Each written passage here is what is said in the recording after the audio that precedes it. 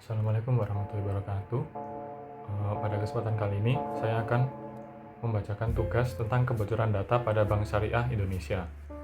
Eh, Oke, langsung saja perkenalkan, nama saya Muhammad Kiko Fariza dengan NIM 187251051 dan rekan saya Muhammad Fatur Robani dengan NIM 187251052.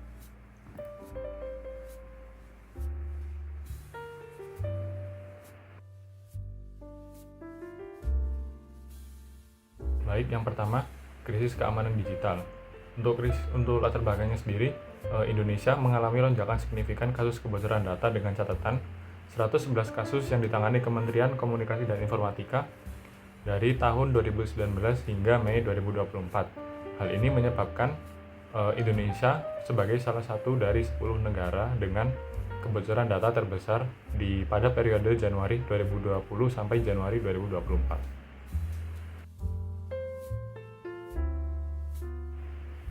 Lalu selanjutnya ada latar belakang.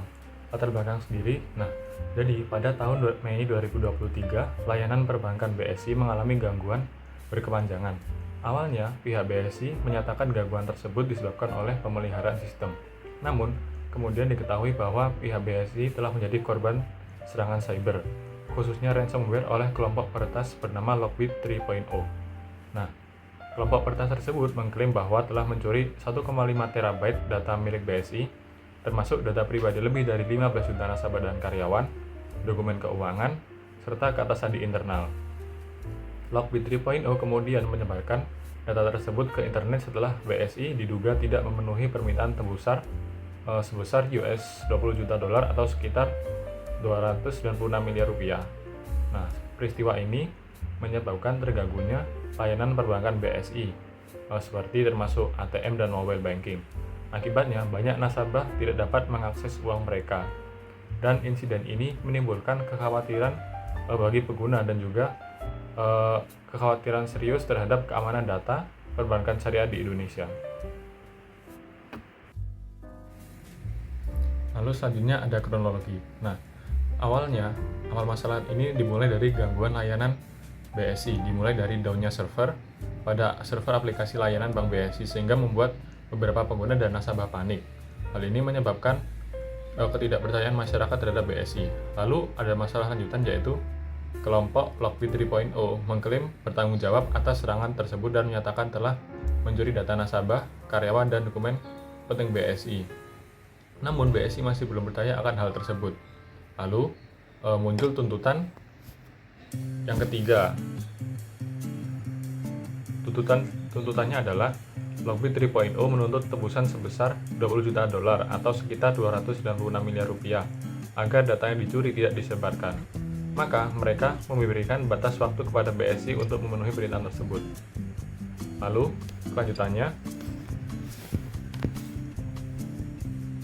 karena BSI diduga tidak memenuhi tuntutan tersebut, Lockbit 3.0 kemudian mempublikasikan data yang dicuri secara bertahap di dark web, termasuk informasi pribadi nasabahnya seperti nama, nomor rekening, alamat, dan lain-lain, serta data internal perusahaan. Lalu selanjutnya ada keretanan sistem keamanan. Beberapa sumber menyebutkan adanya kelemahan dalam infrastruktur IT BSI yang dimanfaatkan oleh para peretas. Jadi meskipun BSI mengklaim memiliki keamanan yang kuat, serangan ini menunjukkan bahwa sistem mereka memiliki celah yang dapat ditembus, sehingga beberapa kantor cabang atau seluruh layanan pada BSI mengalami gangguan. Selanjutnya ada kurangnya mitigasi bencana. Ada spekulasi bahwa BSI kurang siap menghadapi serangan cyber secara berskala besar seperti ini. Respon awal yang lambat dan komunikasi yang kurang transparan kepada nasabah memperburuk situasi dan menimbulkan ketidakpercayaan masyarakat terhadap Bank BSI lagi.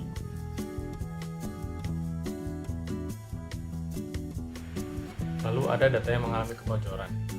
Apa aja sih data yang mengalami kebocoran? Yang pertama, data pribadi nasabah. Ini adalah data yang paling krusial yang dicuri, yang mencakup nama lengkap, nomor telepon, alamat, nomor rekening, saldo rata-rata, riwayat transaksi, informasi pekerjaan, dan tanggal pembukaan rekening nasabah. Sehingga ketika nasabah mengetahui hal ini, nasabah seketika langsung tidak percaya kepada pihak BSI lagi. Lalu yang kedua ada dokumen internal bank. Peretas juga berhasil mencuri berbagai dokumen penting, termasuk dokumen finansial, dokumen legal, perjanjian kerahasiaan, dan berkas internal lainnya. Lalu yang terakhir, yang paling krusial, ada data akses internal. Yang paling berbahaya, Lockbit mengklaim telah mencuri kata sandi atau password dan juga log bagian BSI kepada nasabah bank untuk akses dan juga seluruh akses internal dan eksternal ke berbagai layanan bank. Jadi masalah itu seketika membuat pihak nasabah ragu-ragu untuk memilih BSI lagi. Perkenalkan, nama saya Muhammad Fatur Bani Wasibi dari Sistem Informasi Angkatan 25 dengan NIM 187251052. Di sini saya akan mempresentasikan terkait dampak dan konsekuensinya. Yang pertama adalah dampak finansial.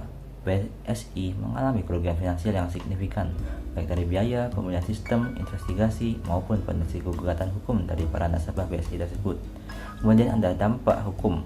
Otoritas terkait seperti Otoritas Jasa Keuangan atau OJK dan Badan Cyber dan Sandi Negara atau BSSN turut tangan untuk melakukan investigasi dan memastikan bahwa BSI melakukan perbaikan terhadap sistem-sistemnya.